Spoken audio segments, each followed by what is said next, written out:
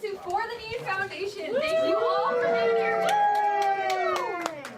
Oh, a mic. That's for all the people listening in online. No, I'm just kidding. We're recording this for later for people who couldn't make it today. So if you have friends that you know might be interested, let us know and we'll send them the link. All right, thank you everybody. Yes, please find your seats. All right, as we get started here, I'm just going to do a quick introduction of our team. And then we will be doing a fun icebreaker. And you're going to love it. And if you don't, that's okay. Don't worry about it. And then we are going to be doing a presentation where I will explain to you what is For the Need, what do we do, and you know, all those fun things. And then you get to learn about how you can be part of For the Need, and it's going to be great. And in your packets, you'll see commitment forms, which we will be turning in at the end of the day. There's also a name tag in your forms, in your folder, so you can write your name on that, stick it on yourself. That'll be great. And we'll have that presentation. We'll have a Q&A at the end of it, so you can get your questions answered. Then we will have a break at 11. So we will have a break at 11. If it becomes 11 and there's no break, then, you know, yell at me. And then after that at 11:15, we have a guest speaker coming in. Her name is Serena. She is a social worker. We love her. She's presented here before, and she's going to be talking to you about the population we serve and how to be sensitive to that population, because they have different experiences than a lot of us do. And we want to be able to really bond with them and all that. So she's going to help with that. There's going to be an interactive aspect. You're not going to be sitting the whole time. And then a Q&A at the end of that as well. And then at 12 o'clock, well, actually at 12:15, that presentation will be over and Chick-fil-A will be here, and we will all get to eat Chick-fil-A together, and you can stay as long as you want to eat that Chick-fil-A and bond and further talk with each other. So without further ado, thank you all for coming. Our team here, I'm Allie Spaccarelli. I'm the one who's been emailing all of you. And I am staff here at For the Need, currently our only actual staff member, because we are a volunteer, motivated, and organized organization, and it is people like you who make what we do possible. And we have the founders, Mayan Spaccarelli here. Please raise your hand. This is Mayan up here. Viviana. You must have seen her at check-in. She's really, really good at that. In the future, volunteers will be doing these things. This is Grandma Carol with a K, and her husband Dan Spaccarelli. Where's he? Oh, he's there in the mix, yes. And they are Mayan's parents and part of the inspiration for why we do what we do here. So that is the team. I would also like to give a shout out to our sponsors. WM, Waste Management, has been sponsoring us. They are our primary sponsor for the year, and we are super grateful to have them as a partner. Salvation Army is one of our big partners. A lot of our kids come from the transitional housing units in LA from Salvation Army. And the Valley Church, Simi Church, Ventura County Credit Union, the Who Family Foundation, Larson's Restaurants, Gas Pack Media is here, and Happy Feet Productions, and we're just so grateful for all these different partners that have really helped us make what we do possible. All right, it's time for our icebreaker. You guys ready? Oh, yeah. All right, so for the first one, you're going to turn to the person next to you, and if it's uneven, just, you know, make a group of three. You go that way. Yeah, just so you guys sort that out amongst yourselves. And you're going to talk about the question. You have 2 minutes. If you could go back in time to any point in history, where/when would you go, and why? All right, go. 5, 4, 3, 2, 1. All right, everybody, thank you for participating. How was that experience? Did we like it? Did you hear some happy memories? Maybe make a new friend? Yes. Very cool. All right, thanks, everybody, for participating. So at this time, I'm going to make sure you all have packets. Are there any minors who didn't get a packet? Any adults who didn't get a packet? Are you a minor? The reason they're different is because you have to get a background check if you're over 18. Oh, you got it one. Okay. Cool. Thanks, guys. And now, without further ado, my presentation. So this is For the Need Foundation. We're so glad you're here, and you will see a little bit more about us. All right, so this is our team here. My parents, the founders, grandparents, Nathan with our dog Tara. Sometimes she comes to events, so we love bringing the dog to events, helps bring some of the kids out of their shyness. And about us, so our mission is to provide a foundation for underprivileged youth to overcome life's difficult challenges, discover opportunity, and realize their own unique potential. For the Need Foundation started a long time ago with the mission to bring a smile to children in need. And we hosted a Christmas party every December at the county hospital in Los Angeles. And that's how this began. But during COVID, we wanted to do more. So we've expanded the past few years to year-round events. And so now we have an event-based program, which you'll see on the next slide. And that is motivated in large part by these core values, which are to demonstrate love, to lead by example, and the higher calling. And whether you have Christianity as your background or whatever your background may be, we hope that we can provide a place where you can really be part of something that's bigger than yourself. Because when you come to For the Need, you are making an impact on the lives of the kids in our programs. And whether you think so or not, you're planting seeds that they're going to grow. Those seeds are going to grow whether you see the fruits of it eventually or not. But God willing, and with our program, our goal is to have the same kids coming back over and over again, so you can really see that long-term development. Whether you're a mentor, whether you come one time to do check-in or to run food service, you're going to be seeing the same kids over and over. And that is really our goal. So after this volunteer onboarding welcome day, we're going to be doing a large push to bring in a lot of kids. We want to be able to serve as many as possible. So based on how many people we get to sign up, that will determine our capacity, and we'll be able to serve kids based off of that. So that's that. So thank you so much for listening to that. Okay, so this is our main program. It is called the Bow and Arrow Mentorship Program. Many of you are familiar with this. We are continuing this program for another year. Yeah. Woo! And yeah, so many of you volunteered with us before, and we're so grateful. And some of you who are brand new, if you get the chance later, maybe talk to someone who's been here before. Later, Bonnie's going to share a minute about a story of an impact that's had on her or that she's had on someone. Because Bonnie has been with us for a very long time. And she's, yeah, Bonnie! We love Bonnie. We love everybody. So this is our focus, is these three categories kind of, they're all together. So we host these 6 camp-like events on the second Saturday of every other month. So in your folder, you'll see a calendar. So you can take that home. There's a magnet. You can put it on your wall, your fridge, anything magnetic. So you can think about our events every day. So that's kind of our main mechanism of impact, is these events. So we bring the children and often their families to you. So when you're mentoring with us, you don't have to do like this whole setup, complicated situation. You just show up, and we do all the back work behind the scenes to make sure that they get there. And that is really like our main program. And additionally, this year, we're going to be doing these breakout events. So for people who are facilitators, such as maybe they're really good at horseback riding and they want to teach 10 kids how to horseback ride, we're going to be doing a breakout event for that. And if you are a mentor and certain other roles that we'll explain later, you'll have the opportunity to attend these events and build further connection with the kids in our program. And those are not required, but they are optional and fun, and we're hoping to do lots of them. And so basically the next step here is that each event facilitates a connection between the mentors and the mentees. The mentors we call bows, and the mentees we call arrows. And this is a symbol of, the arrows. They're really strong and powerful. And in your packet, there's a little card with an I am an arrow statement. And this is something that we try to instill in the kids. They get rewarded if they memorize it. And they will be this year. We're re-implementing that. And so the bow and arrow image is that they're powerful. They have the ability to do great good, but they also have the ability to do great harm. And as bows, we are trying to guide them to the best life possible, to really build on that foundation they have and try and really be that connection and community for them to help guide them as bows toward the best direction possible. So that, and to build memories that last a lifetime. And then the last thing is we integrate teaching priceless life skills into these events. So not only are we providing this fun, cool camp-like day, we're also integrating these life skills. So we'll have an event, our first event in February 10th.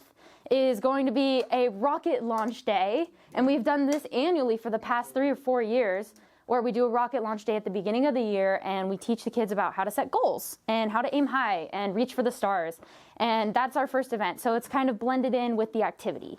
So that's how we kind of do what we do. So thank you for listening to that slide. All right, next I'm going to share this testimonial, and we'll have Bonnie share after that.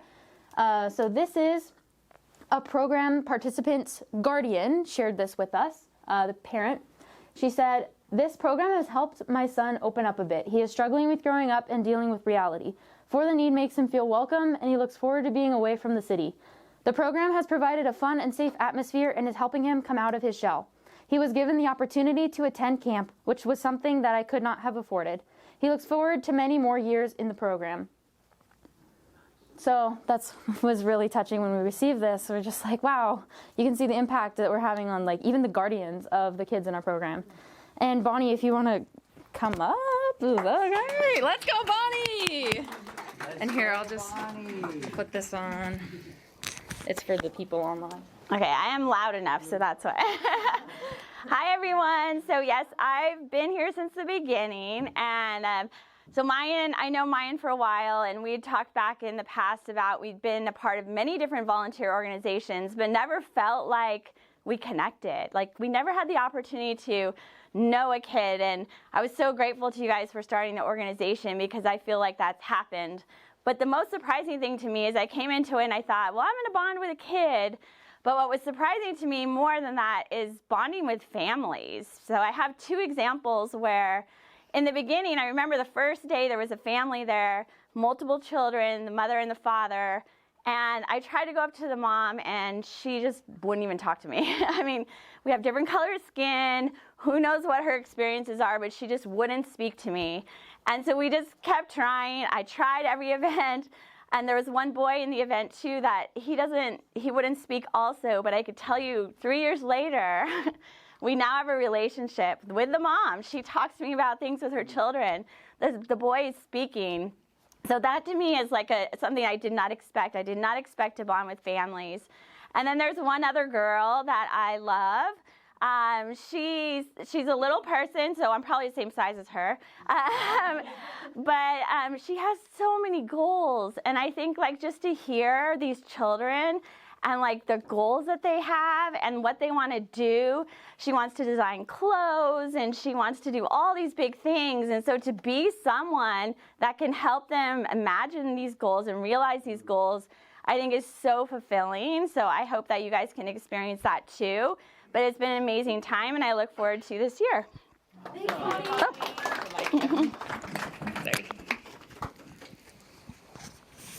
Thank you, Bonnie. That was really great. Okay. So thank you for listening to that portion. Now is the volunteer roles. So this is where you come in. If you can open your packets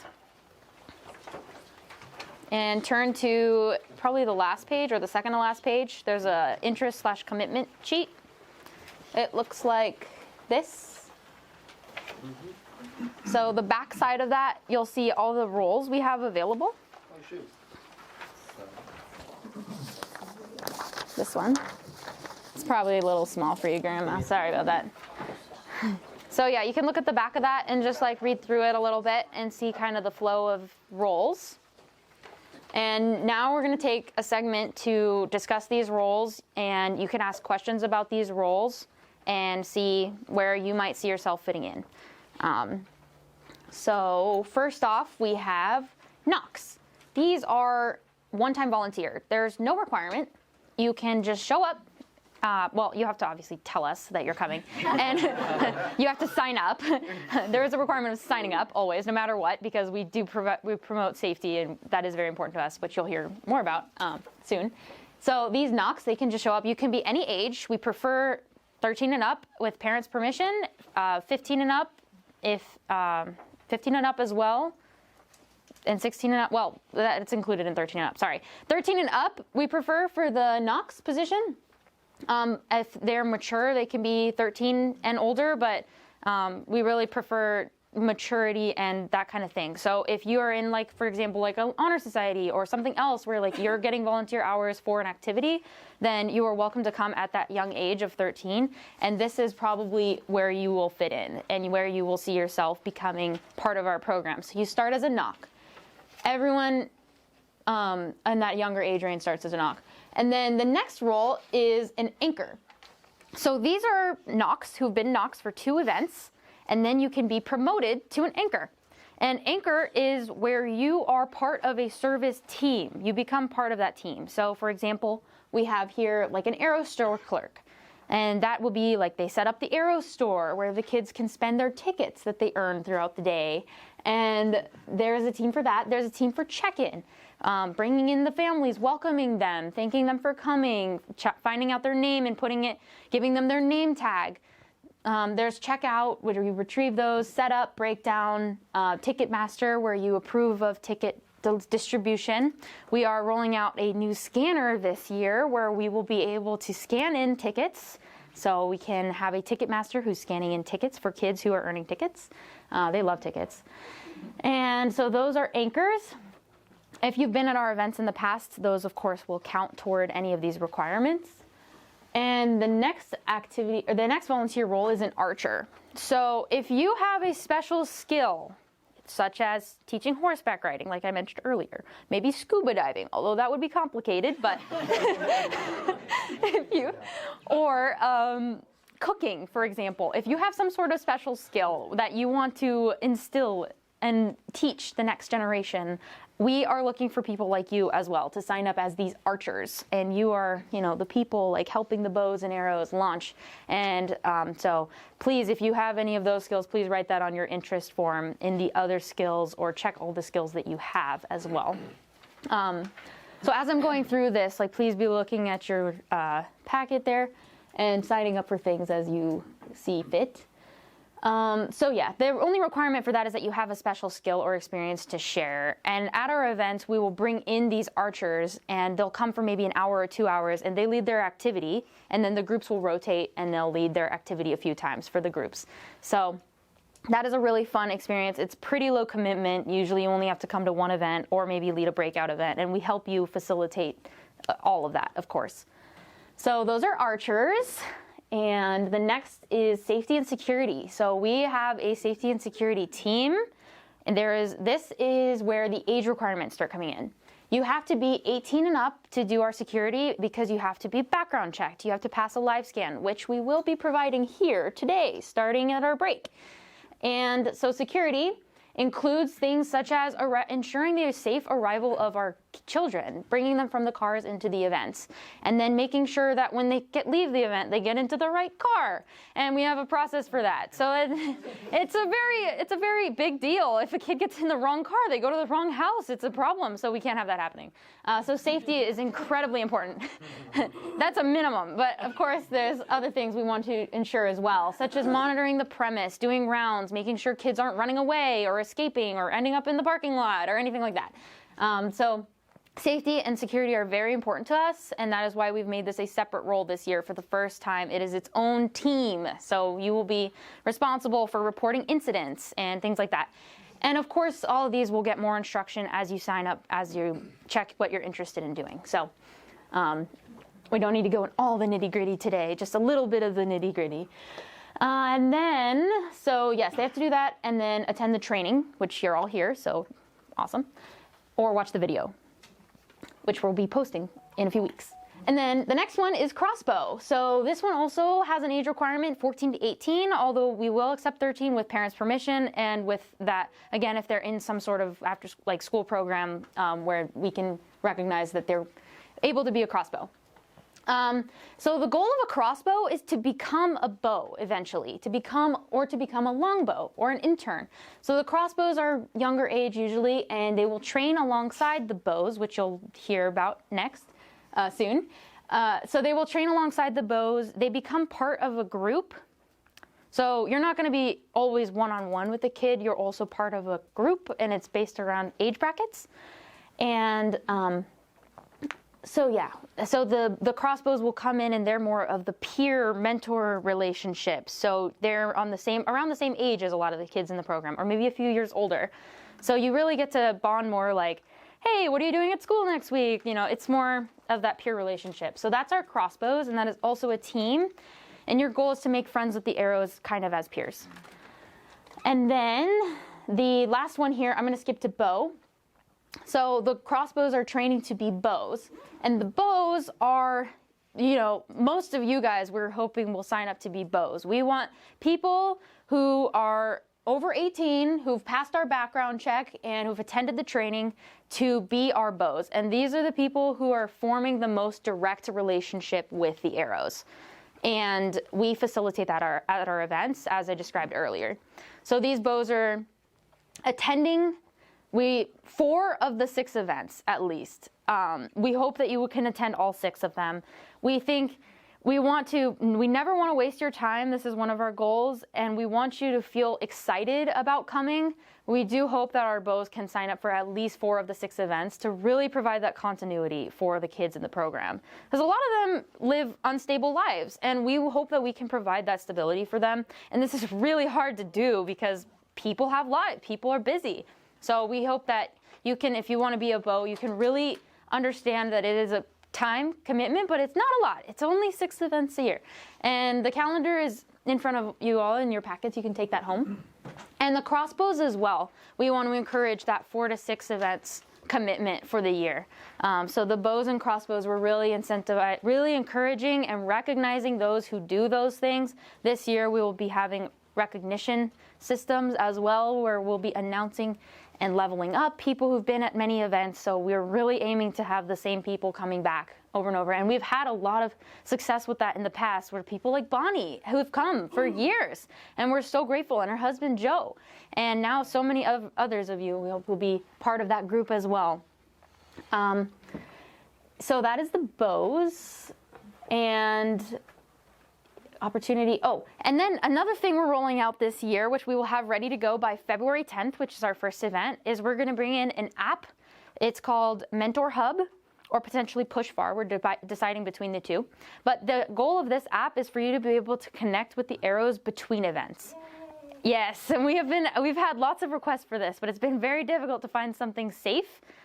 So we finally have found 2 that we're deciding between that are safe, where the arrows and the bows are able to flag anything that they see as a potential problem. We're able to see all the conversation, and it doesn't allow images without approval or calling or video call without administrative approval. So we will be rolling out that as soon as February 10th, and we're really excited. We'll have all the bows and arrows download the app together and learn how to use it together. So that's going to be really exciting. We're really glad to be able to do that. Yay. And then also the last role here that we have listed is a longbow.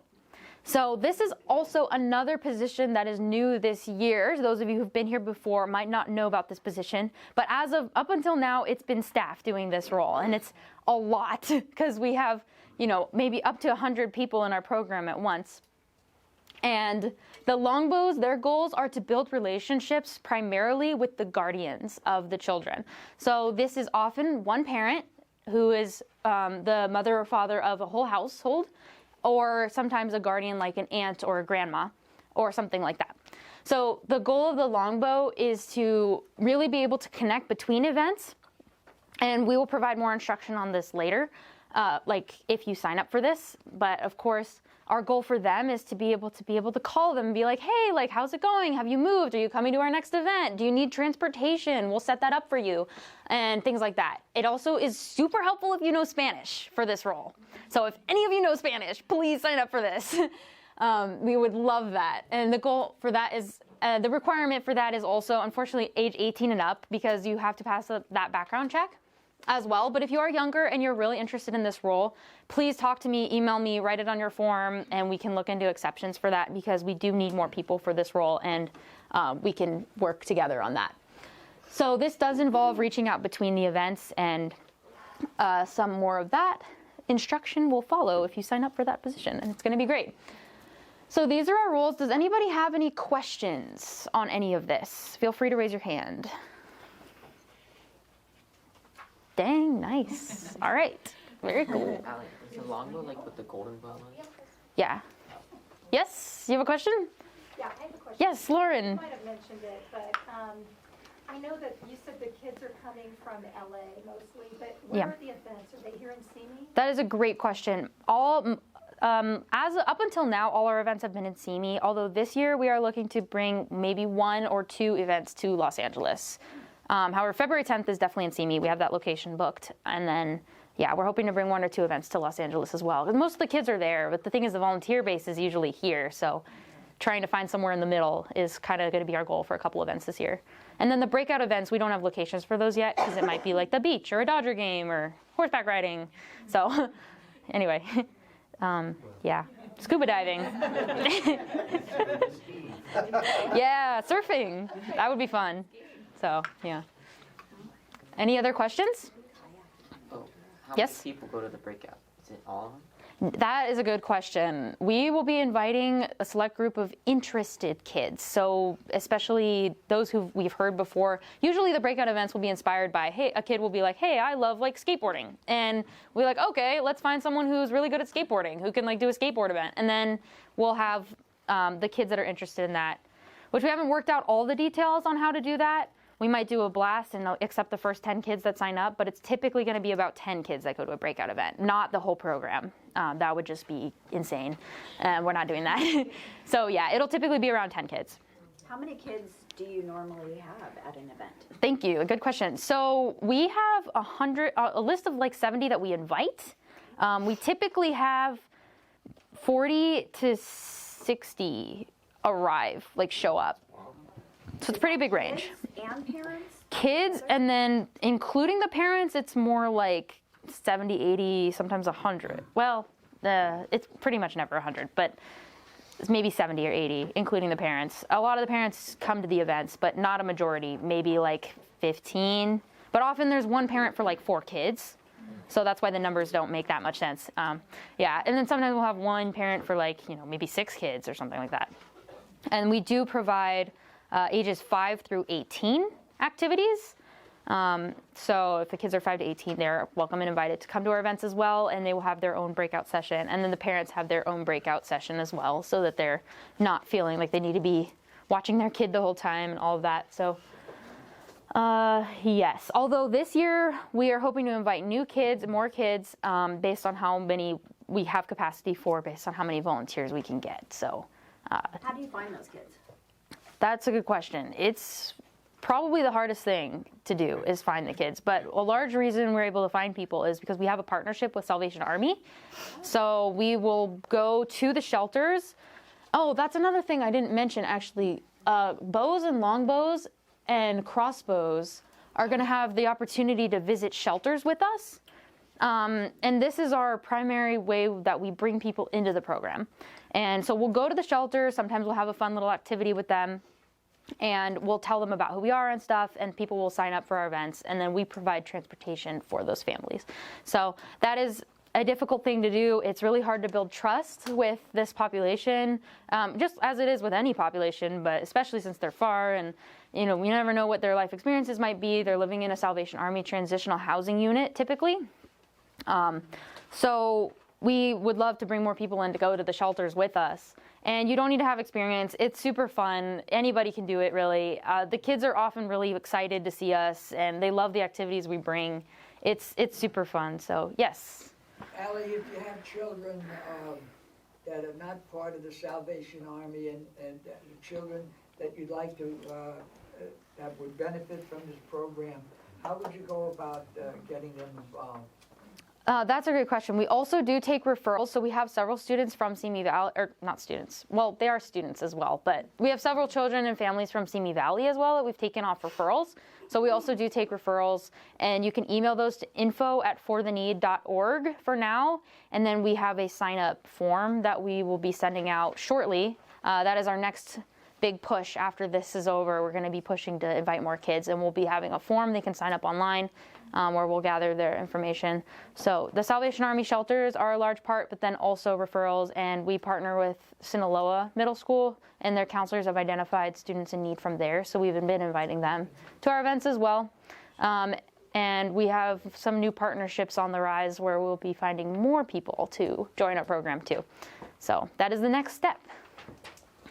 Any other questions? Yes. Can I just make a quick statement? Sure. Of course. The big change. Oh, wait, actually, let me put the, here. One of the big changes for this year is that we are going to try to specifically match bows with arrows. A lot of times people come to the event and you'll connect with a kid, and that connection is everything.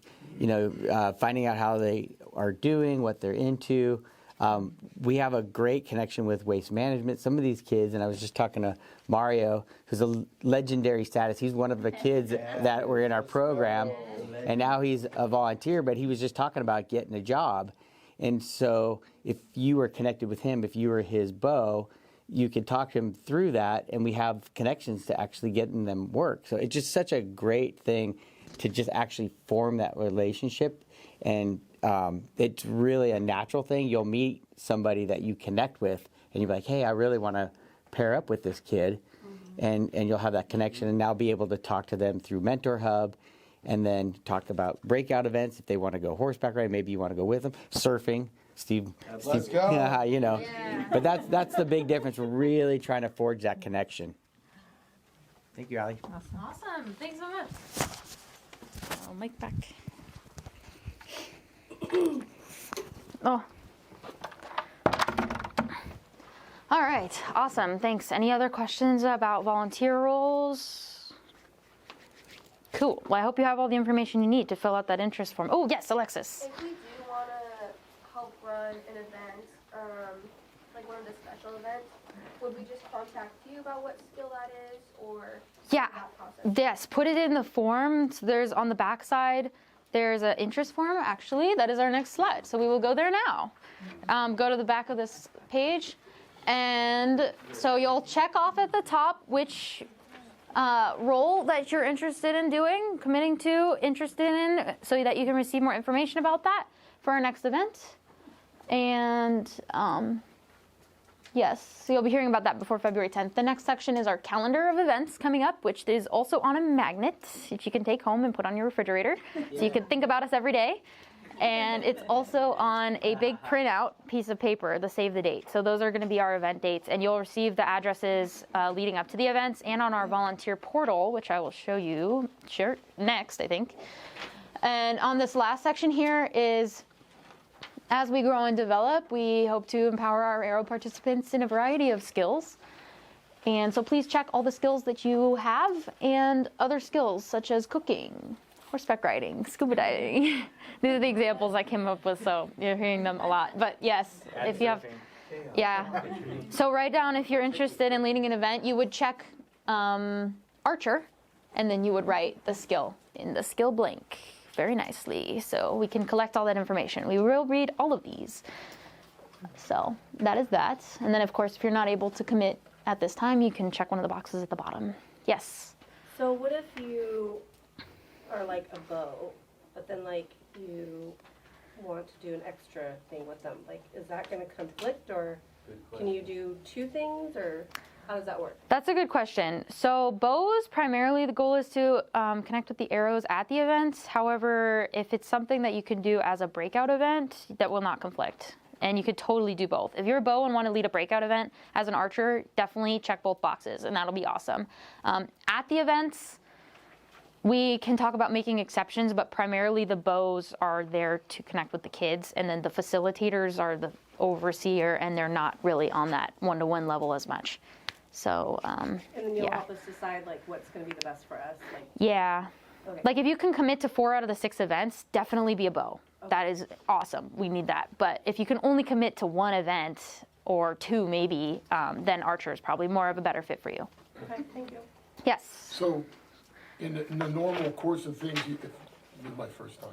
You Welcome. sign up for a bow, Yeah. and then you can go on to be a longbow, or can you sign up to be a longbow and just go for that? Yes, you can check both bow and longbow. Those do not conflict. Yeah, bows and longbows do not conflict. You can do both. Yeah, if you're willing to be both a bow and longbow, we will very gladly welcome you to do that. So yes, definitely. Thank you. Yes. Quick question. what is the actual size typically of a quiver? Because small group, I can think anywhere from 2 to 8 to 10, 12. So what does that normally run? That's a good question.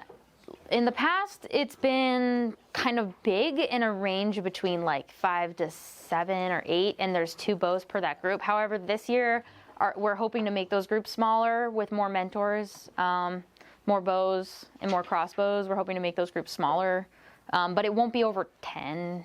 I mean, can you speak more to that? Well, we're gonna know based on how many kids we have coming and how many people sign up. Yeah, that's pretty much the answer. Take that number divided by the sign-ups, and yeah. But it's really trying to make it more intimate, and it's really at the end of the day, the event is just to facilitate the conversation, and it's really about the connection. You know, like I feel so privileged to have a little connection to Mario, you know, and some of the other kids, and that's what it's all about. So. The goal is to make it intimate. Yes. Okay, cool. Are there any other questions on this? If you all fill out that form that right now, that would be awesome, and we'll collect them at the end. Serious. As you're leaving, there's a little, it's like a tray, and there's a sign above it that says interest forms here. You'll put it in that tray before you leave. It's in the checkout area. Yes. Is there an age requirement for archers? There's no age requirement for archers. Yeah. So, you know, if you've got some skill and you're younger than 18, we're welcome in inviting that as well. But you should have some ability to, you know, get a group to do an activity. But yeah, there's no age requirement. So yeah, check it out. Mom, I can't make this one, right? Can I make all these? You don't want your long arm? No, it doesn't work.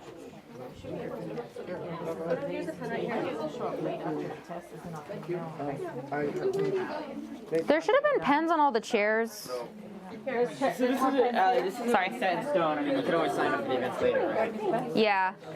And then the event check boxes, those aren't set in stone. The if you commit, you're not committing. So yeah. If you what? Sorry, that made no sense. If you're not committing. Basically, if you don't commit to all the events right now, you'll still have the opportunity to sign up for the events later. Yeah. As the events get closer, we will also be inviting you again with your contact information to the events. Typically a month out, sometimes around 3 weeks. We'll have the location, the exact times. It's typically 10 to 2. But we ask our mentors to arrive at 9:30 and leave at 2:30 for holistic. Yes, you have a question? Oh, gotcha, cool. Yeah. So even if you don't think you can make all the events at this exact moment, you will have opportunity to sign up for them as they get closer. But my wife said I should put that too. Just so that Allie has that information. She says so the ride home today. Stop bullying me. I'm gonna mention you. You're amazing. Did anybody outside not get a packet?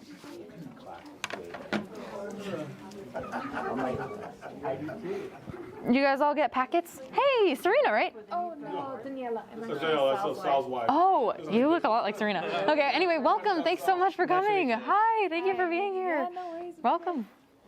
You guys want to, are you interested in volunteering? Sure. Here's the packet. This is my business partner, Sal. Awesome. Yeah, no, yeah. Thanks for coming. Would you like a packet? I got Here, I should. Oh, okay, cool. Here, I'll take that back one. Very cool. Did you get one? Yeah, I'm good. Cool. We have a few more seats, Allie. If anybody wants. 24. Good call. Also, we have like 3 or 4 more chairs if people want to come in. Now is a good time to do that.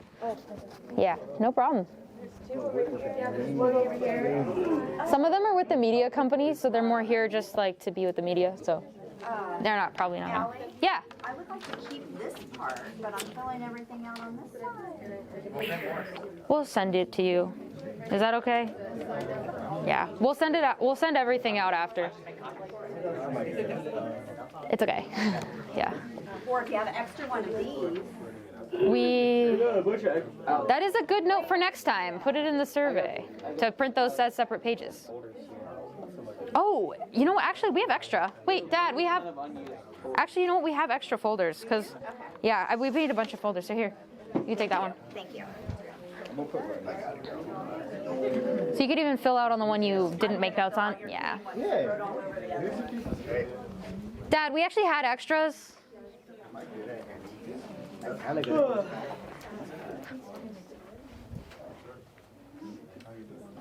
Is an anchor some sort of bow term? What is that? Their serve as an event serve. No, like everything. Oh yeah, not really. They're just more like a staple. They're like, Mom, how's the live scan? Are they going to be ready by 10:45? Okay. Okay, great. Not yet, Mom. Thank you. Awesome. Okay, cool. Does anybody need more time? Take your time. We have a couple more minutes for this aspect. Yeah? You guys come up with anchor. Someone else come over. You have a question? Oh, yeah.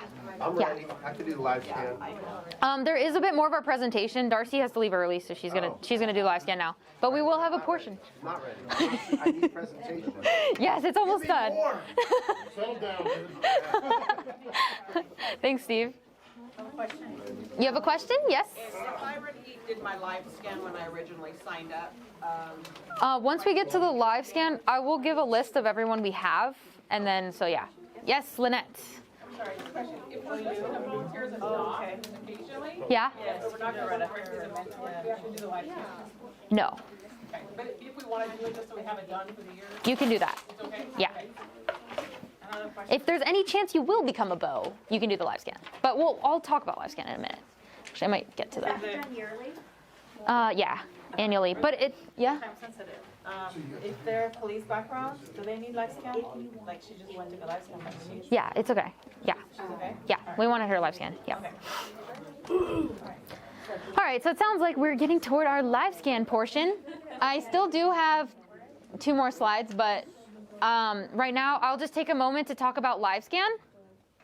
So if you on your interest form selected either any of this, either safety and security, longbow or bow, or if you have the potential to become safety and security, longbow or bow in the future and you were over 18, we have a live scan station right over there, and there is a page in your packet. If you have an adult packet, the yellow one, it looks just like this. So you will take this with your driver's license, and hopefully you brought your identification. I sent a few emails about that, but Allie, what is live scan? so live scan is a background check we do, or we can check for different activity.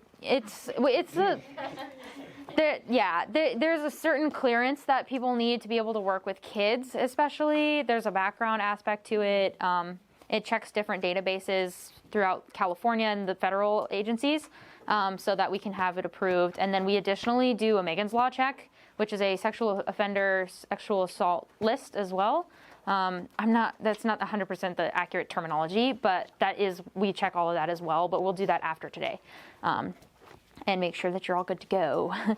So yes, so the center of the live scan service is applicant information. You'll just fill that out right there. Yeah, and then I have a list of people who've already done it. So if you hear your name, you do not need to do it again, which I will read now. So if you hear your name, you do not need to redo your live scan. But if you do not hear your name, you will do your live scan. Okay. Yeah. Andrea Burns, Maggie Castro, Eugene Cochran, Quentin Cochran, Shannon Cochran, Bonnie Gasper, Joe Gasper, Natalie Marion, Josh McAllister, Vera Mendoza, Joseph Perez, Stacy Persky, Alexis Scheiber, Kayla Slack, Ali Spaccarelli, Danny Spaccarelli, Mayan Spaccarelli, Viviana Spaccarelli, Seda Sengu, and Ellie Taylor. If you did not hear your name and you want to sign up for any of these roles, please fill out your live scan paperwork now. Thank you. When will we have to do it again? Will you let us know? Once you do it once, then we get alerted if you fall out of compliance. So you only have to do it once. I have to do that every year for my job. Really? but it doesn't cross over. Like what No, you it doesn't cross over. Just weird. But yours, we made an exception. It But should. it's okay. Well, no, like- Because you have the teacher. But it is a money grab. But if you have your stuff with you, if you could do it, that would also be awesome. But I called your name because we have an exception for you because we made that a while ago. Your live scan. I mean, I don't have it. You gotta get another one. There's also a page of like accepted documentation they have too. Yeah? Is there a reason we all should fill it out? So for volunteer here, they're gonna pay for it. You can. I mean, Then I ref soccer. no, I mean you can. Yeah. Yeah, definitely do it. Yeah, definitely do it. It'd be better for us if you did it. Yeah. And so it should be. They actually have, there's a page printed with, I'll get it actually.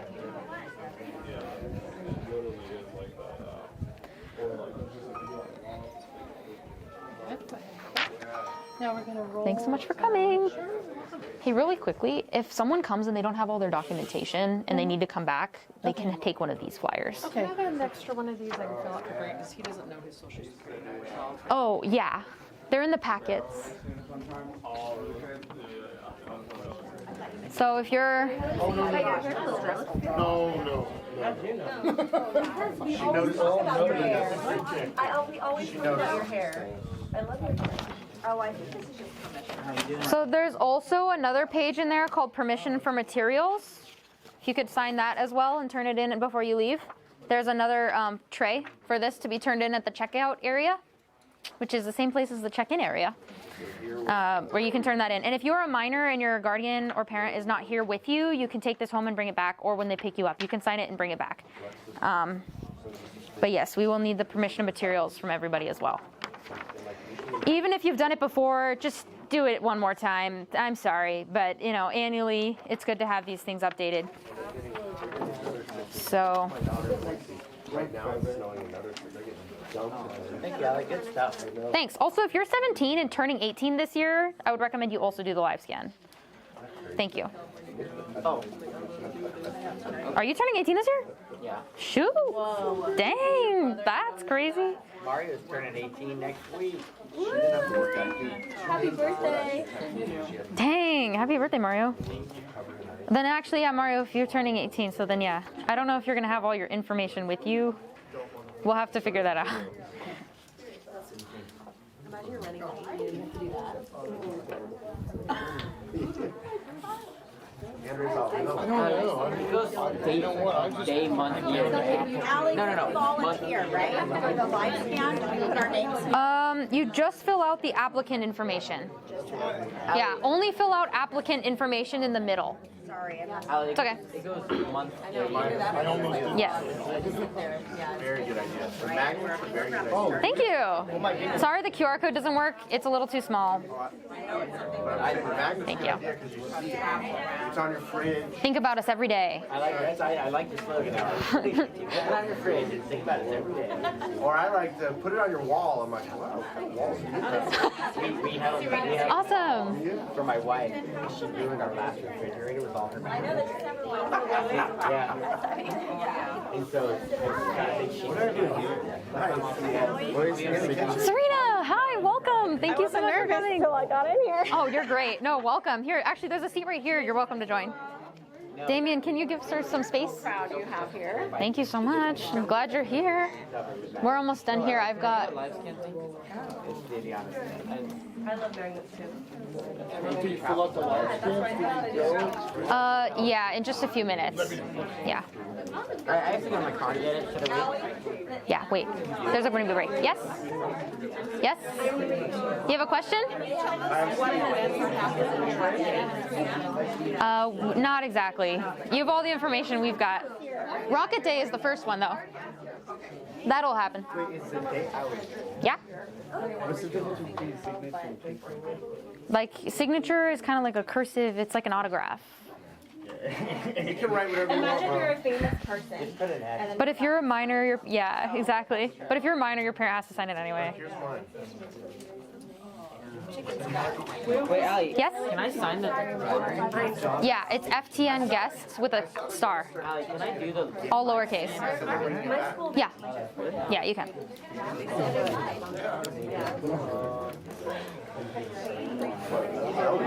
Thanks, everyone. So you should, yeah? Yeah, the password is FTN guest with a star. It's all lowercase. You're good. So you should be filling out your live scan paperwork, your material release, and hopefully your interest form is also completed by now. I'd love to hear Jeff tell a little bit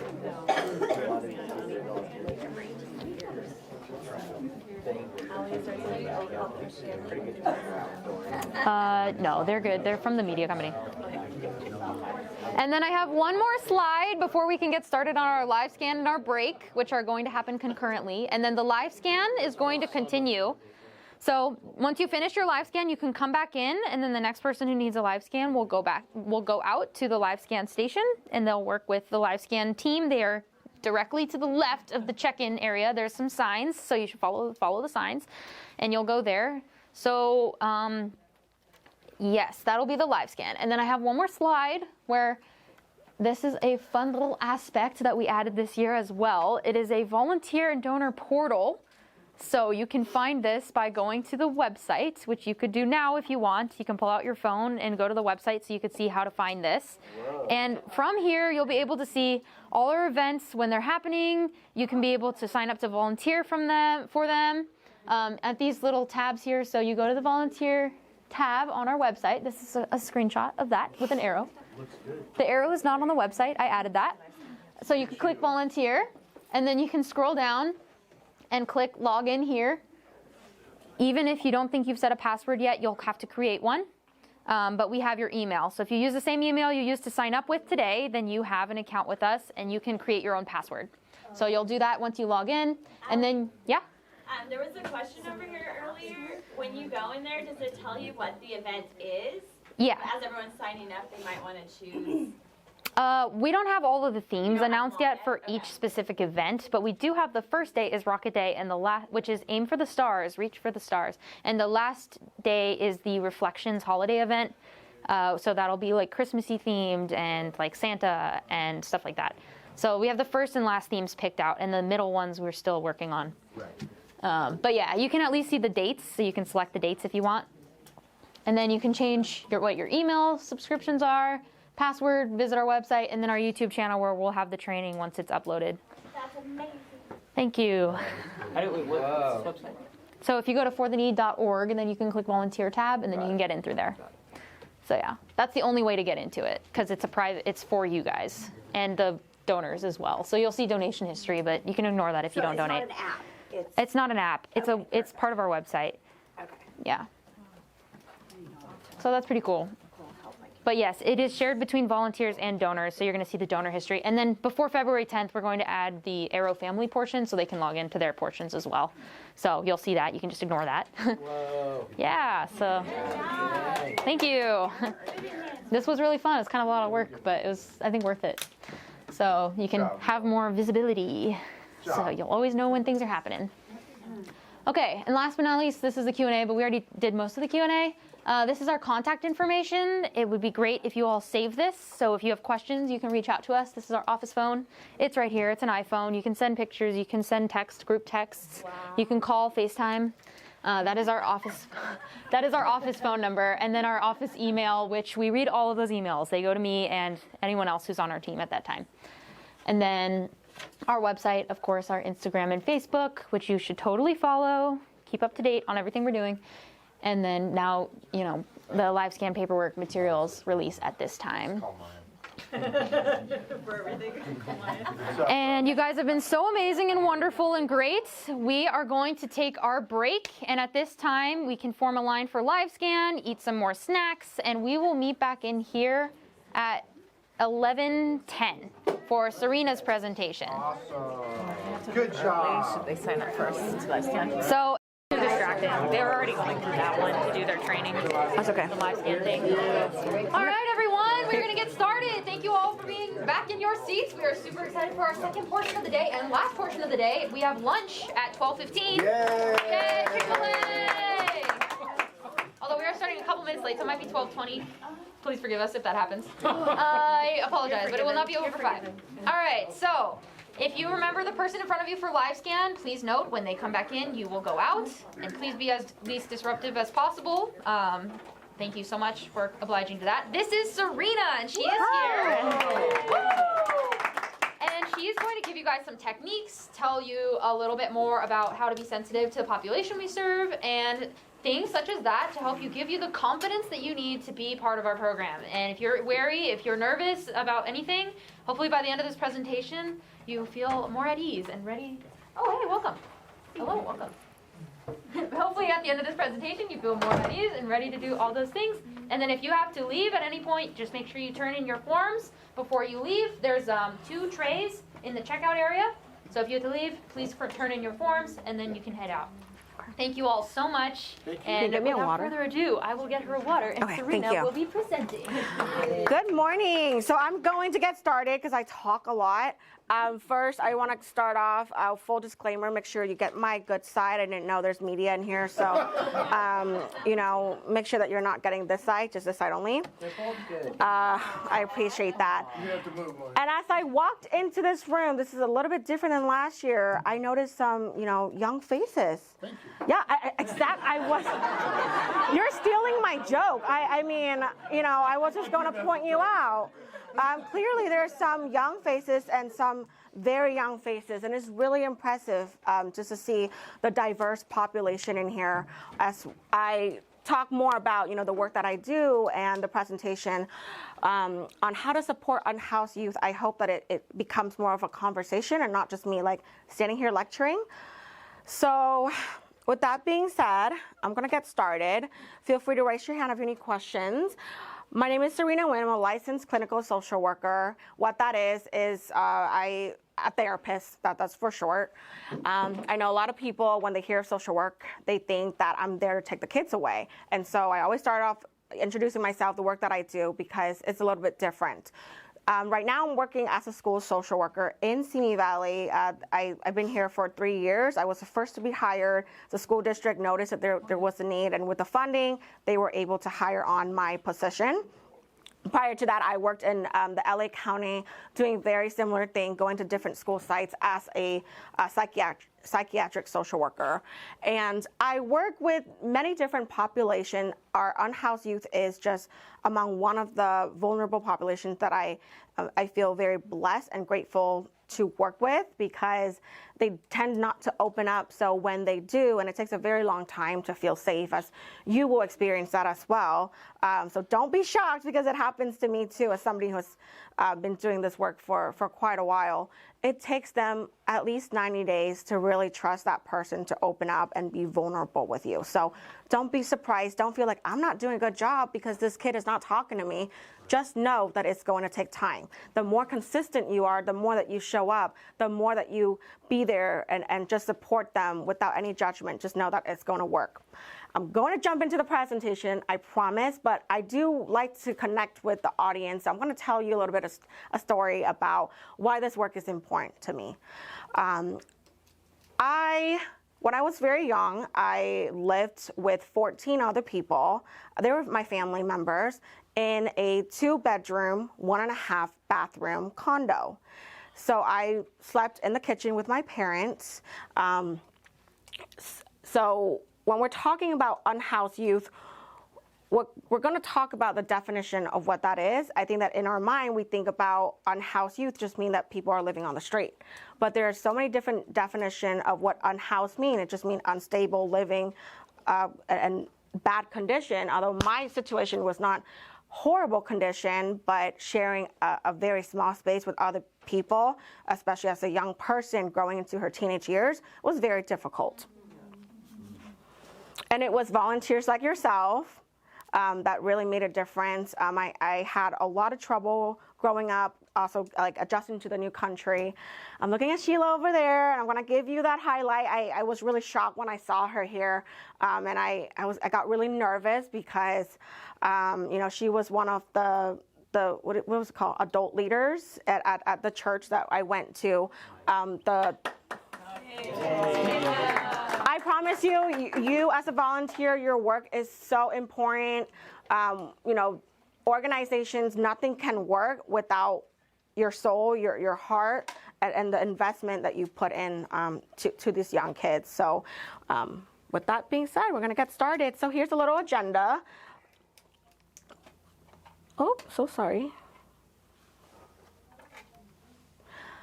The definition that we use in the school, again, we call our kiddos McKinney-Vento. I'm not going to dive into that because it's not really relevant to you, but just know that we identify students that are experiencing homelessness as kids that are living in shelters, transitional housing, motels, hotels, staying with others. So there are some kids that are living in like a garage, for example, or on the couch surfing, or they're sharing the space with many different people due to economic hardship.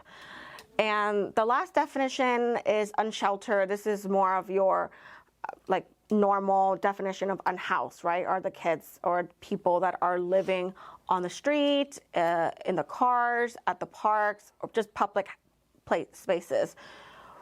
For me, what I've noticed is that it doesn't matter where they live. Yes, like it's nice to live in motels.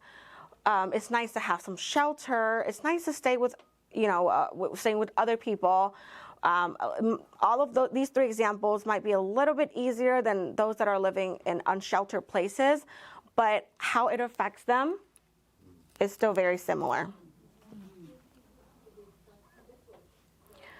These are some of the top challenges of homeless children face in attending school.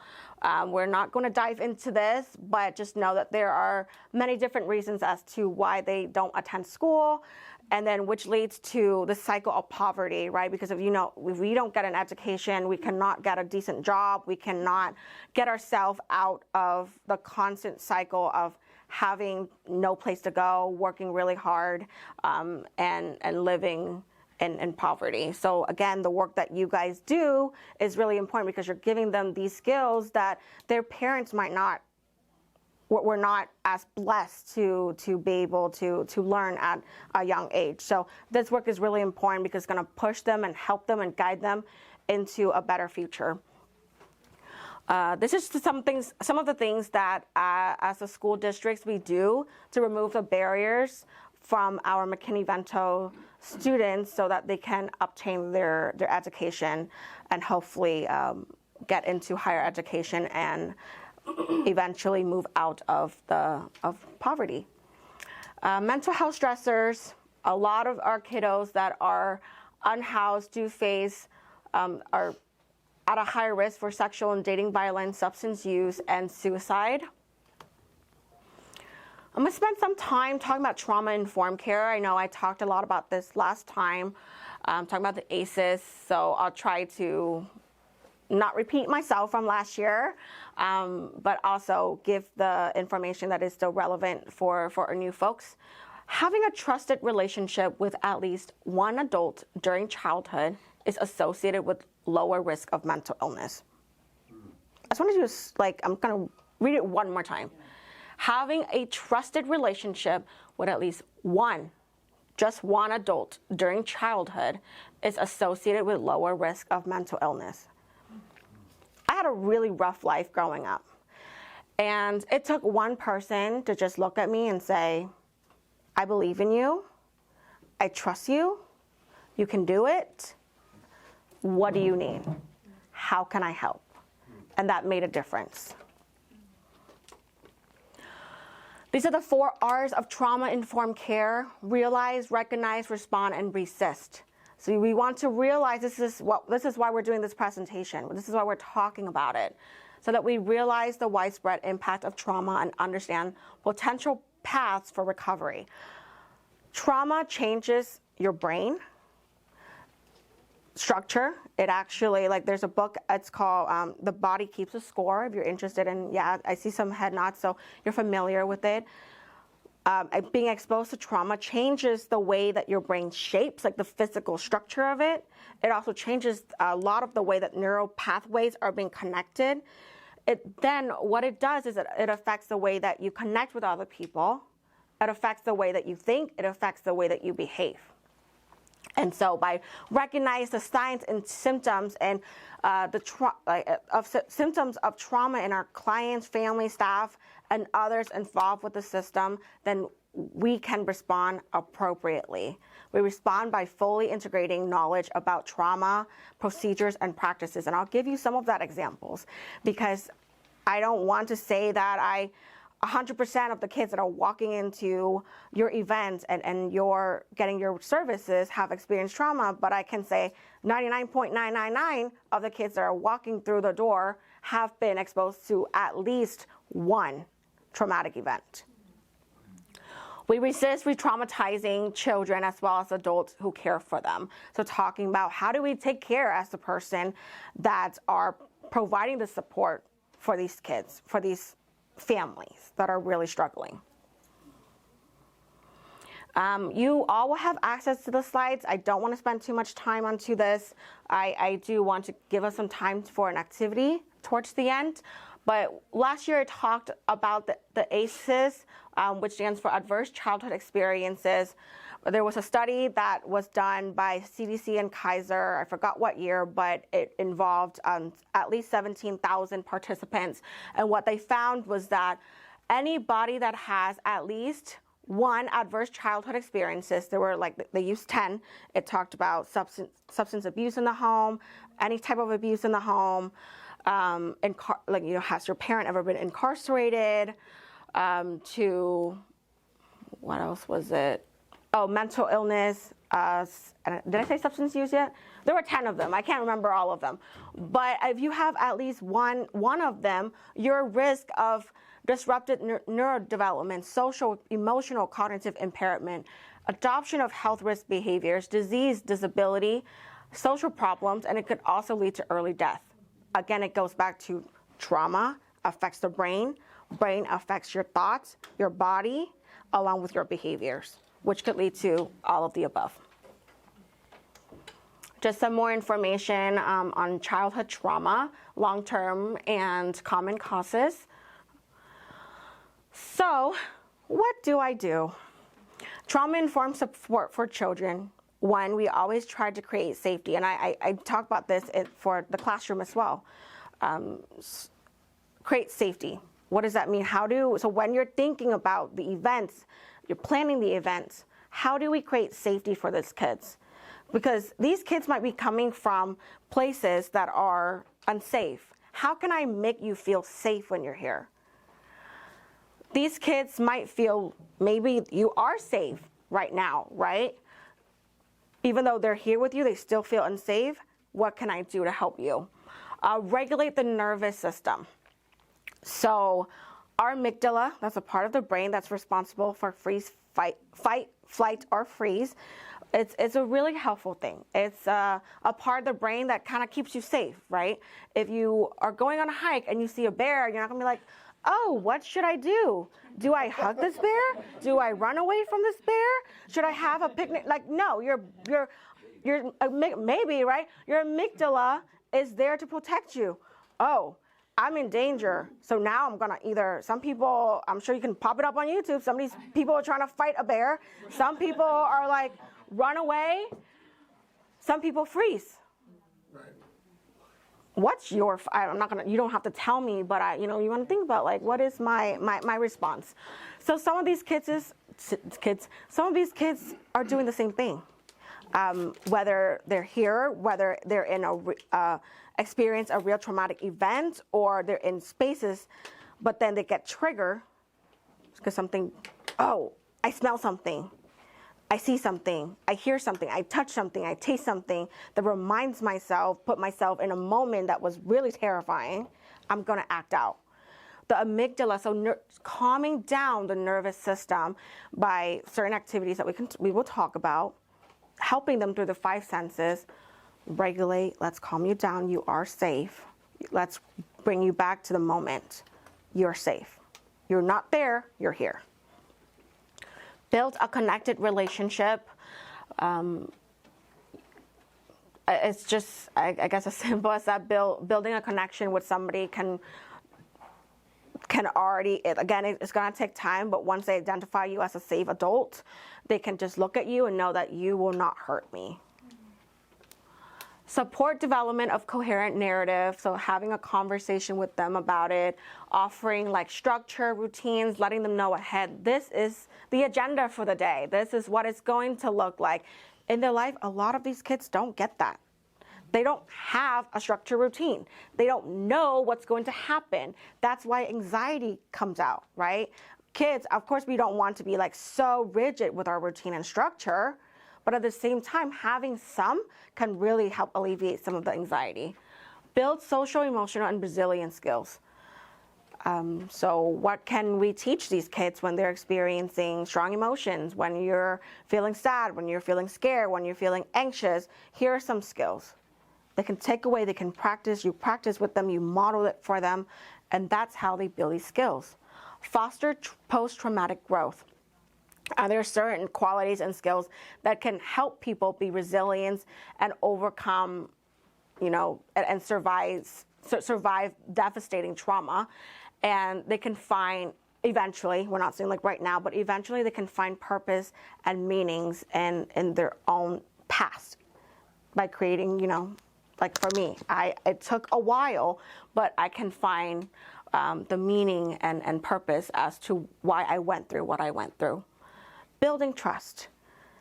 Think about the person that you trust the most in your life. The person that if you have any tea, you're going to go to that person. If you need any help, you're going to that person. And if you have tea at work or at home, you're not going to the person that's about to blast it on social media. You're not going to the person that's like, oh my gosh, that happened? What's wrong with you? Like, you're not going to that person, right? You're going to the person that's like, ooh, that was a lot. You want to talk about it? How can I help you? I'm here with you. There's no judgment. Let's talk about it, right? You want to show empathy, respect. You're not judging them like, oh, poor kid. Like, no, they don't want pity. They want you to put yourself in their shoes. So you're hearing their stories and you're walking through their experience with them. Create a safe, welcoming environment, consistent and predictable behavior. Listen actively, and be mindful of your facial expressions. You might not verbally say like, oh my gosh, what's wrong with you? But it's like,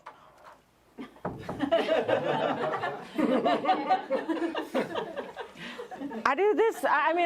In family therapy, I do this because I'm like, Mom, Dad,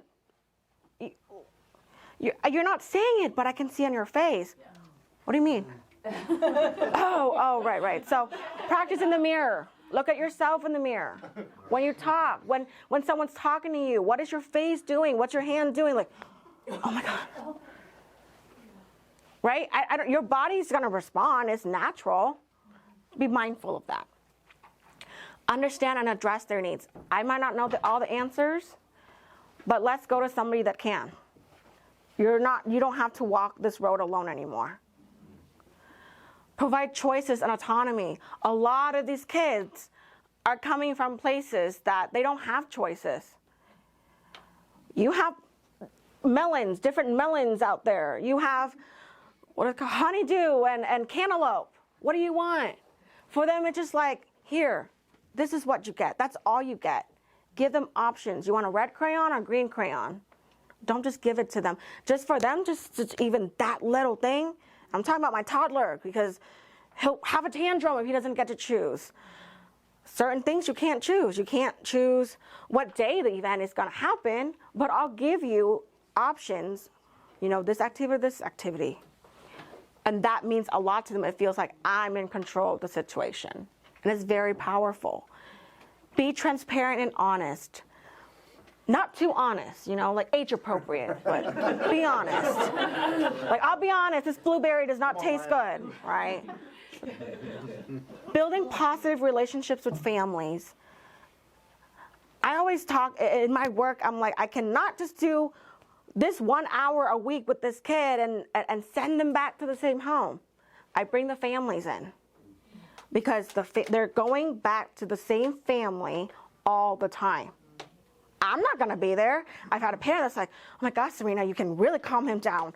We thought about like, how can we take you home? No.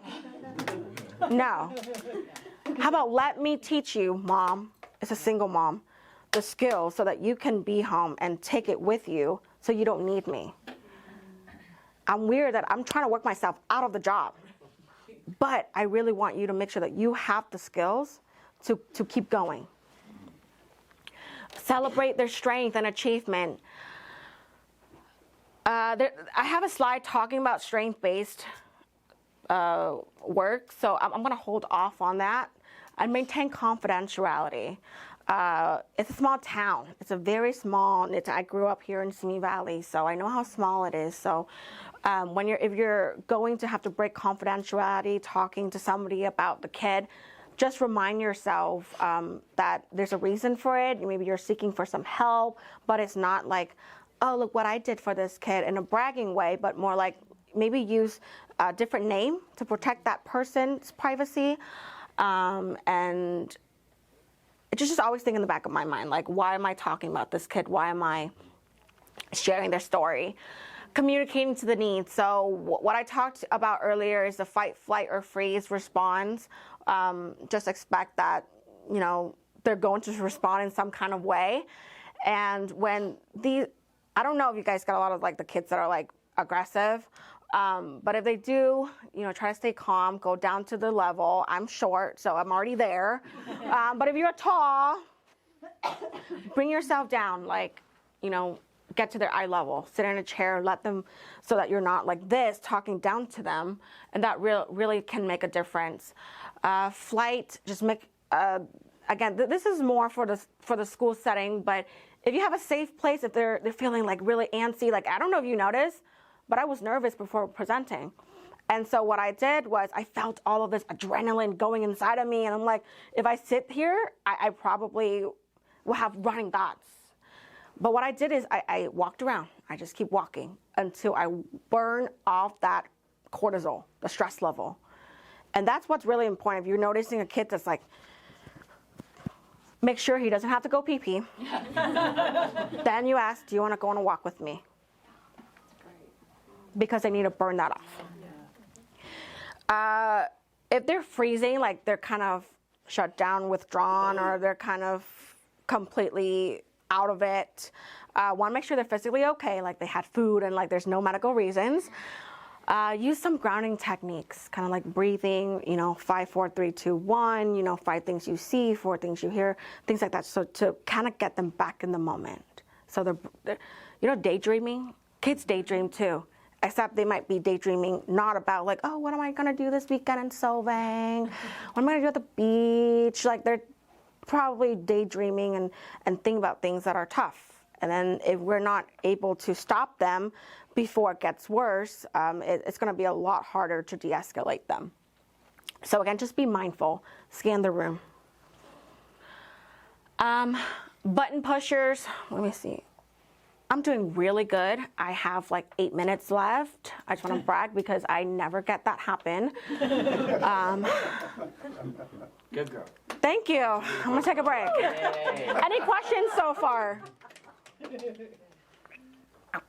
I don't have a question, I just have a comment. I remember last year when you were teaching us, these are things we don't think about, but you were talking about making them feel safe and meeting them kind of where they're at. And just by the nature of what we do, we're in groups, or we might be in a crowd, or there's a speaker, right, talking to them. And we did change things based on your feedback, because I think it's so natural for us to say, why aren't you talking? Why don't you give a response?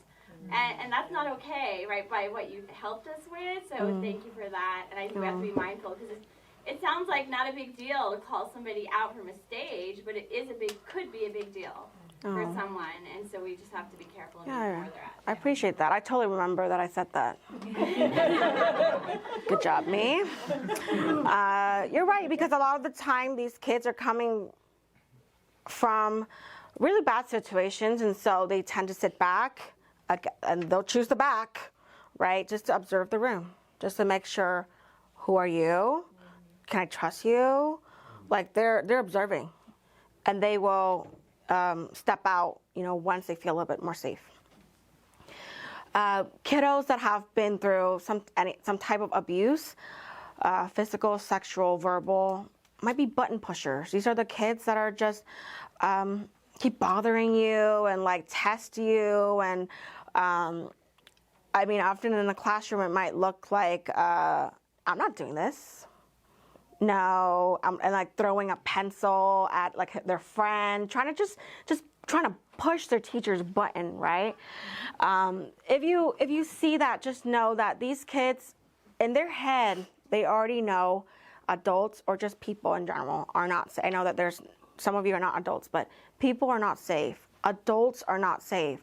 So what is gonna make you tick? Because at home, when I sneeze and that's too loud, my dad thinks I'm being annoying, and then he's gonna yell at me, right? I know it's a silly example, but it really does happen. So what is it that's gonna push your button? What's your button? What can I do to piss you off? Because when you're gonna get pissed off, you're gonna hurt me. So I'm gonna keep doing this to make sure that you are a safe person or not. And so they keep pushing and pushing and pushing until you explode on them. It's that self-fulfilling prophecy is that, see, you're a mean person, just like everybody else. Prove themselves right. Prove themselves right. And so what you can do is some self-reflection. What are your buttons? What ticks you off? Is it a certain word? Is it a certain like thing that's touching you? I don't know. Just think about what it is that ticks you off, work on it, and just be mindful of it, that when they're doing that, it's not because, well, they're kind of doing it on purpose, but at the same time, there's a reason behind it. Regulate yourself throughout the day, and so throughout events, make sure that you're like giving yourself a break so that you recharge your energy, recharge your battery. So you have more patience. I know I have to do that because I have 2 toddlers. Kiddos that have been neglected often are the kids that's like, this event, I'm an adult. I know everything. What can you teach me? I know everything. Because this is the same kid that is feeding themselves, learning how to microwave a Hot Pocket at 3-year-old. So what can you do for me? I take care of myself, not just myself, I take care of my sister, my baby sister.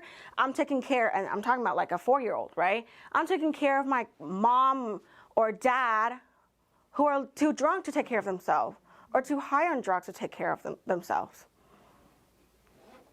So what can you teach me? Some suggestions is, I know you guys do give out food, so I think that's amazing. Just recognize and partner with this kid. Again, like acknowledging their strength. I see some leadership in you. You know, you kind of know a lot. Want to be my helper for the day? Give them like some task. Can you pass out this paper? Pass out some crayons? Give them some task to do to feel like, again, they're in control. Kids that have really poor attachment. So attachment is that relationship between them and caregivers. And I try not to say parent because not all kids live with their biological parent. So I say caregivers, the main person that's kind of consistent with them in their lives or not in their lives. They lack that attunement and secure attachment. So they're going to try to get your attention. Miss, you're trying to talk. Miss, mister. They're trying to get your attention because now you have to split your attention with 5, 6, or 10, or 20 other kids. And so it's like, no. Me, I'm here. See me, hear me. So if you have some of those kiddos, maybe, again, ask them, ask them to help you out. You know, like, hey, can you go write something on the board for me?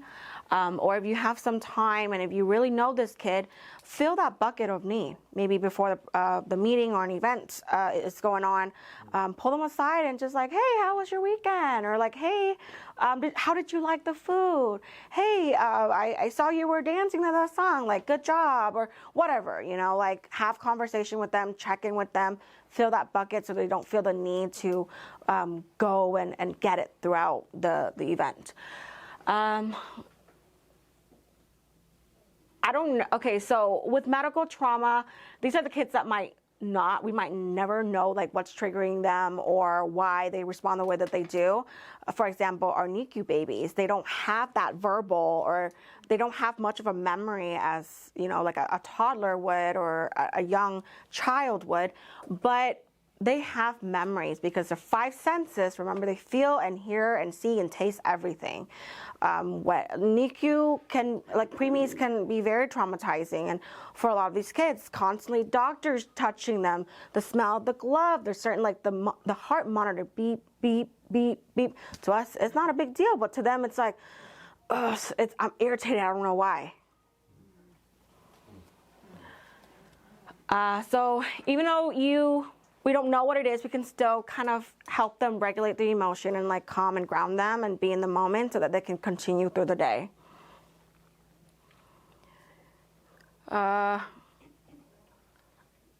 Any question, or I was hoping we can jump into the activity. Go ahead.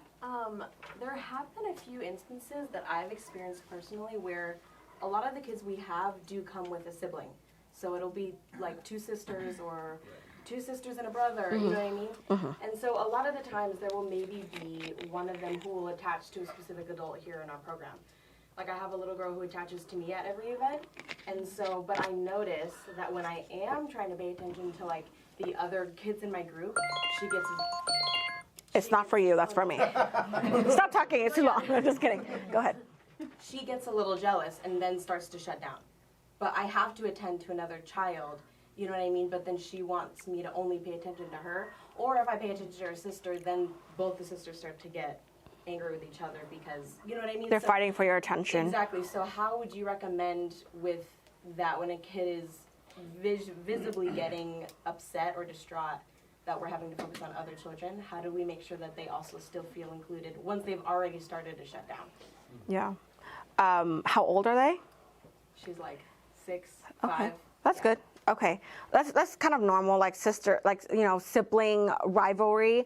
Now, what I would try to do is if you're able to catch it before they already fall apart, like catch them when they're getting to like that 50, like going from 0 to 100. That's what you're seeing right now. Yeah. But if you're able to see like what are some of the signs that they're starting to do, like whining, like what is it? I don't know. My kids do that. They start whining, and that's how or you know, like throwing a toy, whatever it is, catch them before they get to the meltdown point, before they start pulling each other's hair. Yeah. Catch them before and make a comment. Hey, I really like that toy that you're playing, Cindy. That's a really good toy too. Yeah. Becky, whatever. I don't know. Just trying to catch them before they completely have a meltdown. Yeah. And fill that bucket if you can, and then bring them back together. Oh, and lots of like positive feedback, like when they're doing good. Wow, I really like how you both are playing really nice together. Yeah. I love when the 3 of us can have, you know, a fun activity together. Yeah. This is really fun. I really enjoy playing with you and you. Give that positive feedback before they seek for it. We're going to try really hard to match the relationships because it's normal that somebody will get drawn to somebody. Yeah.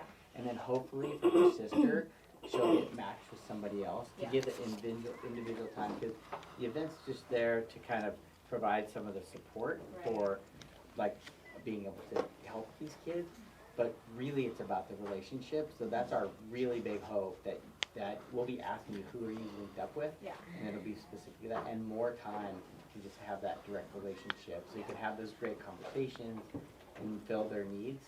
And so we want to try to facilitate it that way too. Yeah, that works.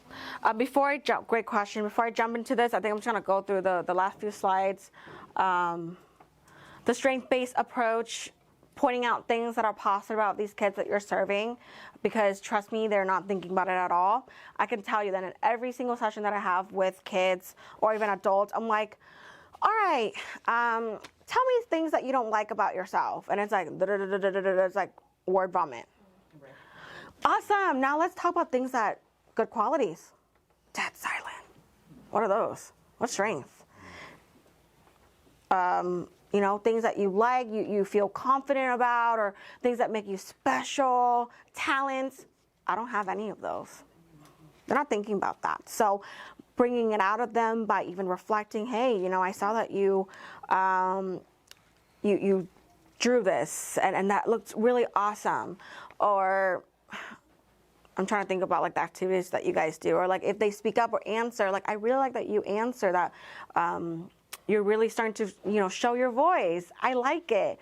So just pointing out little things, and I know it's going to take some time throughout the few events for you to recognize that. And I would also suggest for you to figure that out too. What are your top qualities? And I did link like a little worksheet that you guys can go back and reflect on yourself too. Like what are some great qualities about you? Okay. So I'm going to break you guys up into 10 groups, and I don't know how space is going to work out, but maybe once you're in your group, just go ahead and spread out. I'll give you guys like 10 minutes to kind of discuss the scenario, and then we're going to regroup. How does that sound? Okay, I know you're all sitting next to each other because you guys are friends, so I'm going to break that up. Okay, so I'm going to start. I'm just going to go through and do the 1, 2, 3, 4, 5. So 1, remember your number, please. Yeah. 1. 1, 2, 3, 4, 5, 6, 7, 8, 9, 10. Think 1. Yes. 3, 4, 5, 6, 7, 8, 9, 10. 1. 2, 3. Oh. Grandma? Grandma. Grandma, 4. 4. 4. I'm 4. Yes, Grandma. Yes. Thank you. 7, 8, 9, 10. 1, 2, Awesome. 4, 5, 6, 7. And then there's some people out in this area. Yeah, you guys can just find a group. Okay, awesome. I believe in you. So, and yes, 8. Okay. And then Natalie, 9. Natalie, you're 9. You're assigned number 9. Okay. And 10. Perfect. Maybe you guys want to spread out here. Is that okay? How does that work? Can a 2... Oh, there you go. That works. Pizza? You're 5, right? My name. I know. That's a Everybody good likes name. pizza. Mine pizza. I love it. Everybody likes pizza. All right. I don't know how they can. Whoever has the 10, 9, 7. That's why I was the first in here. Like, I know her. I'm like, okay, I'm in the room. What happens if you're defiant? Yeah.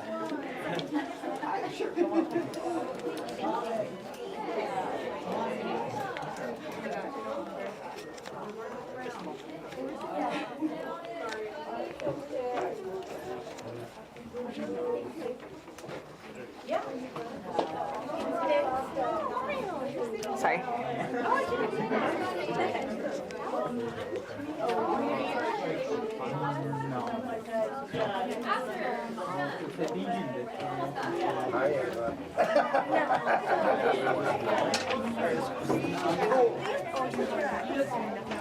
You should do like youngest volunteer too. I don't know.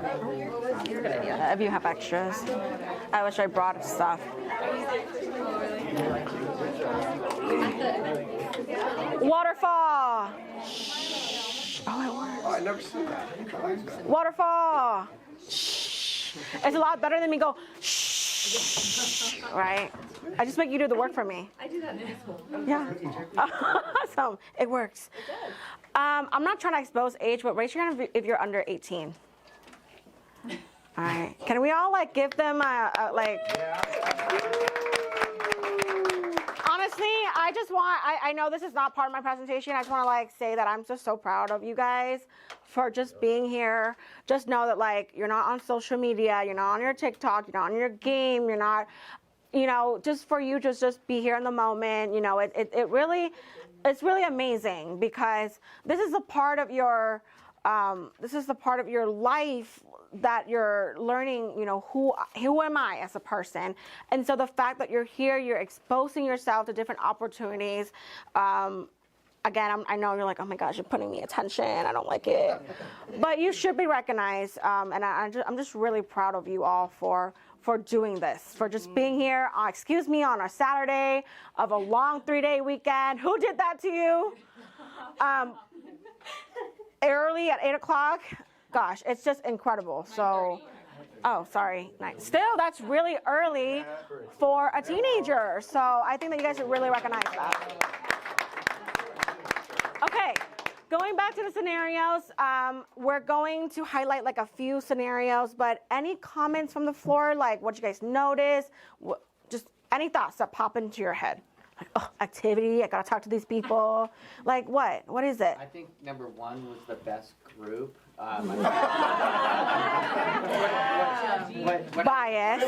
What I noticed was how equipped people are. This is a great group of people that have lots to give. Every answer that came from group one, I thought just was fantastic. So. Okay, that's awesome. Anybody would like to rebuttal that? Okay, yes, please. Okay, any other comments? Like anything stood out? You know, you want to highlight your group, your task, anything? I thought your question was good. It kind of led us another direction though, because ours was for like younger kids, and our group was kind of dealing more with some of the older kids. But it's kind of good because I've only been to one activity, and one of the people in our group, she's been going for a while, and so. Which one was yours? Which one was it? Yeah. Number 9. Oh, ours was the kid who didn't want to share the toy. Okay. But she had some great input on just interacting with older kids who I was kind of drawn to at my one event. So. We're actually going to talk about that, so I'll revisit. Yes. I like the different, our outstanding number 4 group. If you guys are looking for a new group to move to, it was, you know, there were different ages and life experiences, and everybody had an input, and it just kind of reminded me again, not only how great it is, it's a real blessing you know, that we even get to interact with the kids. Honestly, I've learned a lot from them. But what I've learned from being part of a team, you don't feel alone. And for people who may be coming out for the first time, you're never really alone in the moments of how to maybe help some of these kids going through it. And it just reminded me that more than anything is like you may be good at one certain thing, but somebody else in your group or that you're working with can really help you figure things out. So you're never alone dealing with it. Yeah, I really appreciate that because it's a really important conversation. It might feel really scary to come to events as a volunteer, as a first year. You've never done it before. It's going to take some time. If you told me like several years ago I want to be doing this, talking to people, I'd be like, are you kidding me? That's not happening. If you told me that like 20-something years ago, I'm like, I can't even speak English. So don't doubt yourself and the abilities, even as young as, you know, you guys are. Yes, to do the work that you do. And please, I'll get to you real quick. Do me a favor, like journal somewhere on your phone or whatever today, where you are, how you feel, and then compare that to next year when you come back. See how much your growth. You have to remember to document and journal and reflect on the growth that you do, that you have made throughout the years. Even a week from now, a month from now, see how important that is because you will grow as a person, as a human, and even, you know, like later if you want to consider this as your career. So, yes, a hand. Yes, I do have a question. So our group number 7 is the best. Yes, I don't know what anybody says, but Whoa. we did come about like a scenario too, because I know that when it comes to reinforcers, like what is there like boundaries that we need to have with adults? Because I know little kids love hugs, because ours was like little kids or like even like teenagers. They love to hug, they love to like be affectionate. What is the protocol for this program? Can you read your scenario so that everyone can hear it? Oh, or I have. We have it. The background is a child struggles during transition, leading to resistance, tantrums, or refusal to move from one activity to another. The task is volunteers should implement visual cues, provide warnings, and offer assistance to help the child transition more smoothly. Yeah, I mean, I can't speak on the policy, but I would say, like, try not to do so much hugs. For me, it's always the boundaries. At a school site, we can't hug kids. It's really hard, but what I would suggest on my end is visual cues, and even, like, what is this called? Audio cues, kind of like what Allie did. 2 minutes, 2 minutes, 1 minute, 2 minutes, 1 minute, 30 seconds. And then you guys are doing like that, like fun, like 10, 9, whatever. And then waterfall, whatever. You guys can think about that. And then also an agenda whether like if the kids can't read, some of these our kids can't read, but you can have like with language or even pictures, right? And then a time, a clock. They can't read this clock. I'm sorry, they don't know how to read that clock. But if you have like the digital one, again, it just helps them to see what's coming up next. Wrapping it up, giving them a countdown, letting them know this is going to happen, and then visual, audio, and yeah, that can help with the resistant. And I'm sure you can do like high fives and little hugs here and there. But if there's a kid that's like obsessed and wants to hug you all the time, again, that could be like a trauma response, right? Like very attached to you. I want to feel and touch you. It can get inappropriate. So if you guys have teddy bears, all right, if you need a hug, here's Mr. whatever, and the weighted ones seems to be really helpful. So I don't know if you guys can get donations for that, or yeah. Good question. So we're gonna wrap it up just to, and I don't think we're gonna have a lot of time. Were there any questions from any of the scenarios that we wanted to highlight? Yes. I would just say that if the thing gets above your pay grade, seek out help. And then on top of that, there's staff that's mandatory reporting. So if it looks like there's a serious situation where they might be getting abused or whatever, then just seek help on those situations. Don't feel bad that you don't know what to do. Right. Yeah, ask questions. I think there was a question that was out there asking, what if the kid is is crying? Was that your question? Yeah, yes. I remember you asked. Yeah. Can you ask that? Do you feel comfortable asking it again? Sure. The background is a child is experiencing emotional outbursts, crying inconsolably, and appears distressed. Okay, and what was the task? Oh, the task was volunteers must approach the child calmly, provide comfort, and help them express their feelings in a constructive way. Okay. So the question was, do you remember your question? I was asking whether you should distract them from it, or if you should talk to them head on and address the concern. Yeah, that's a really good question. So it really depends on what you're comfortable with. What I would do in that situation, I would remove the child. I see you're having a hard time. You kind of want to bring the child to a quieter place that might not be in front of their peers or other people, because oh my gosh, people are looking at me. That can cause them to even cry even harder. In that situation, I would move them to a quieter place, kind of let them calm them down. If you know what happened that led to that moment, oh, somebody took their toy or somebody hit them, whatever. If you know what it is, kind of walk them through it. First, you ground them. All right, you're having a hard time. You're modeling and you're speaking to them. I can see you're having a hard time. It's okay. I'm here with you. Take your time, all the time that you need. And then if you guys have little textured things, like squishies or those slime thing, it can be really helpful. Okay, we're going to be here for as long as you need. Let's just take a moment. And then once they calm down, if you know what it was, you can model it for them. This is an opportunity to teach that child to express what happened.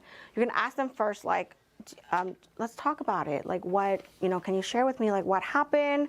What, I noticed that you start crying. And if they're I don't know. Well, I did notice that Susie was trying to take a toy from you and you guys were tugging back and forth. Do you think that made you cry? Yeah, okay. Yeah, it can be really hard when somebody's trying to take a toy from me or my friend is fighting with me. It can be very hard. I would feel sad too. What I'm seeing is that you're feeling sad. You're modeling, you're reflecting what you're seeing, because that's putting vocabs into their mind so that when they feel this emotion again, they can say, yeah, I feel sad because Susie took my toy. But if no one has ever taught them that before, they will not be able to communicate that to you. So all of these feelings and their behaviors are opportunities for them to learn. Yes. I think we do need to take back, though, Mayan and Allie, what you were talking about, and have ground rules for all of us to follow, because I have noticed in the years, especially with the younger group, the yellow and the red, there are some very cute little girls, very affectionate, And I see them sitting on men's laps, and I see all of that, and it's all, you know, we're trying to help, but I do feel like we should probably take that away and have some ground rules for us helping, so that we can just make sure that we're helping the child as well as ourselves as the volunteer from safety, right? So. I think it's really hard, right? When you're sharing those examples, it does make me think about like what has led to that point, right? Like why are these kids so comfortable sitting on like possibly stranger? I know you guys are volunteer, but like strangers' body to begin with, right? That means that this kid has zero boundaries. Yeah. And that's how can we teach you safe boundaries? Your body, no one touches that. Distance. I think Bonnie brings up a great point. These kids, they're vulnerable. It's a vulnerable population, and you really need to be very covert or overt, outward focused on how safe we're going to protect them. I'm recruiting for my safety team. I got Paul Francisco, because I need these big guys, going to have a security shirt and things like that, and it's for their protection of the kids. The last thing we want to do is give them more trauma. Right. So And us too. I mean, you don't want anybody saying that you did something that you didn't do, right? Yeah, So we have to just, go back to the two. Yeah. You know, I noticed in the last few events that when I first started, it was always two people with the child. Yeah. You know, whether it's taking them to the restroom, one outside, one inside, because we have to protect ourselves also. And we need to go back to that core. Yeah. Yes, so whoever now- wants to be on the security team, come talk to me afterwards. Well, I was gonna say, we had that. I want to wrap it up. If they want to climb up onto your lap or whatever it is, you can just say, hey, come right over here. And if you lift yourself up, they can't sit on your lap. So they can sit next to you in that way. So there's ways to do it without them feeling rejected, right? Because that's the last thing we want to do is reject them, especially if they're reaching out for love. But you can maneuver yourself in ways that just makes it flow and it's all good. Yeah, and great conversation. I know we're wrapping up for lunch, but this is the last quote that I wanted to share with you all. Never doubt that a small group of thoughtful, committed citizens can change the world. Indeed, it's the only thing that has. By Margaret Mead. So I'm going to leave you with that to think about during lunch.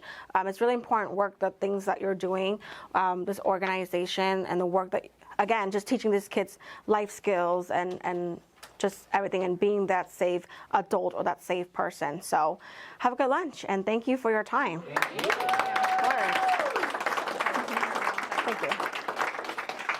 Thank you so much, Serena. This is her second year coming and doing part of our training with us. I want to give you this thank you card. Thank you. We're really glad you're here. We genuinely, the impact you have on us is immeasurable. And as far as safety goes, at every event, we will be reading the safety rules to everyone. There will be big signs posted, and they will be prepped and ready to go by then. So you will be constantly being reminded of our safety rules. And if you have comments and advice on those, definitely see Mayan.